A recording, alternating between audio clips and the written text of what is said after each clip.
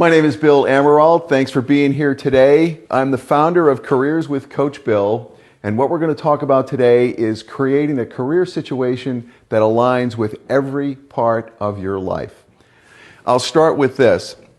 My mantra for career development work is this: God put us all here for a variety of reasons. Career is one of the most important, so it's up to us to define and manifest those reasons in the best way that we can.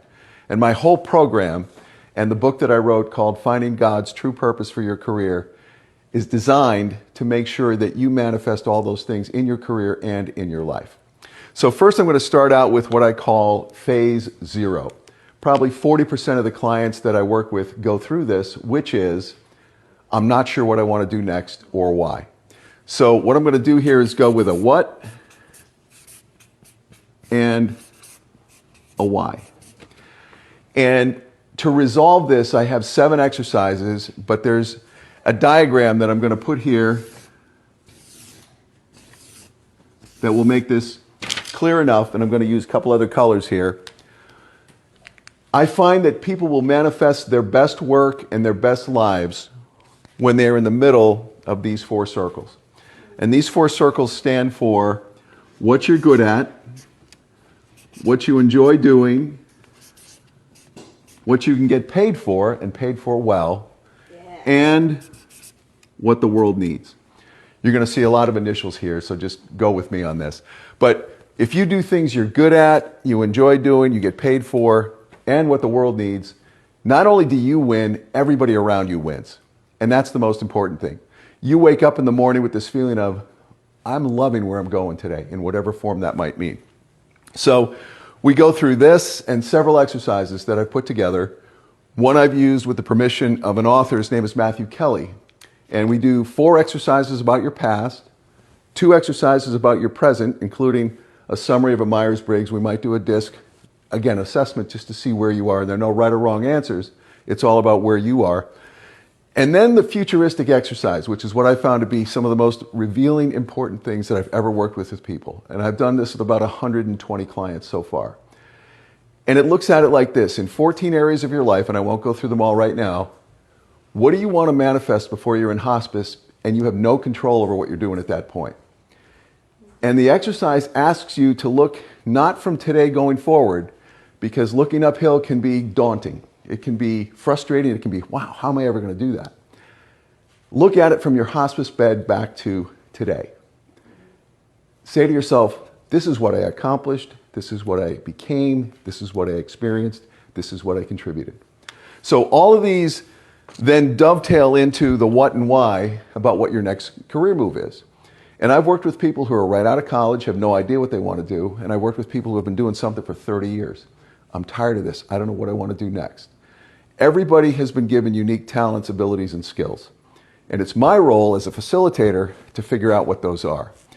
I have no attachment to what you want to say you're going to do going forward, career-wise or life-wise, unless you tell me you're going to rob a bank, sell drugs on the street corner, or shoot people. Everything besides that is what God put you here to do. And again, my role is just to uncover what those are. Okay, so once we figure out the what and the why, then we go into what I'll call the value proposition. How are you defining what you can do to make a difference in the world, or make a difference in your career, with your company, your organization, or as an entrepreneur? How are you communicating it? And then how is it being received? That usually comes up as a resume, LinkedIn profile, or other social media, and a bio. Most people's resumes, and I've seen about 25,000 in the 12 and a half years that I've been doing this, focus on duties, responsibilities, and activities, which nobody cares about. Hiring managers, recruiters, anybody else. You could put breathed oxygen, use the restroom as part of your duties and responsibilities. What people care about is, how did you add value? What were your contributions? And what did you do to make a difference? That could be individually, could be among teams. There are a whole bunch of ways of dissecting it. The 5 ways that I've found to add value are this. And this is primarily with for-profit organizations, but it goes across government, academia, nonprofit, etc. How did you grow revenue or increase memberships? What did you do to cut costs or make things more efficient? Did you solve big problems? Prevent big problems? Or the fifth one is, did you create or manage teams that did the first four? If you have 2 of those 5, there's absolutely a place for you. I've worked with people who have all 5. I've worked with people who have 1. Either way, when you identify what that is and how you've contributed, manifested, made the contribution, whatever, that goes into the resume. Most people look at resumes as just being a list of things that you've done. It's not. It's a list of things that you have contributed, and above that is how are you going to contribute to a future organization and in what way. So I can go through a lot of details on resume formats and everything else, not for here. Again, if your value proposition is strong, 2 things happen. Number 1, people believe you, and number 2, you believe you. There is a cathartic moment in all the clients that I've worked with, and it's been about 650 in the 12 and a half years, when they look at their new resume and they say, wow, I have been a badass. I've really done some good things. And that goes into the entire, and when I'll get to this, which is outreach and interviewing. Okay, so there's your value proposition. Phase 2 is networking and outreach. How are you getting your credentials in front of as many of the right people as possible? This does not mean sit at your laptop at 8 o'clock every morning and fill out 50 applications for the day. Because the response rate for blind applications is somewhere between 0.5% and 1%. It's just as good to buy a lottery ticket. The real way to do outreach is to get in front of people who have known you, worked with you, respect you, etc., and then ask them for advice about the career options that you're considering.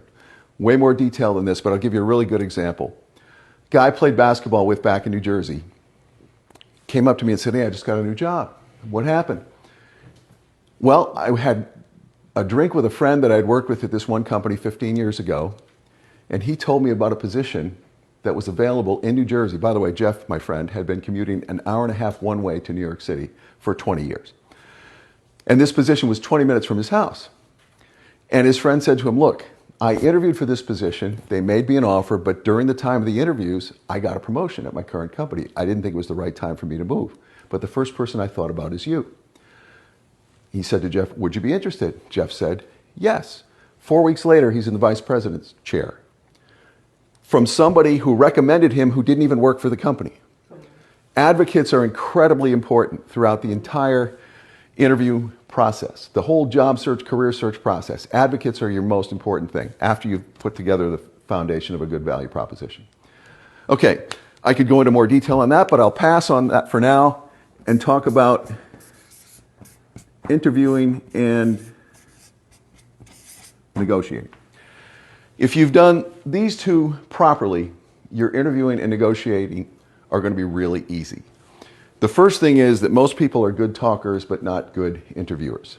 The reason why you are in an interview is to provide what I'll call a legal brief as to why somebody or some organization should hire you.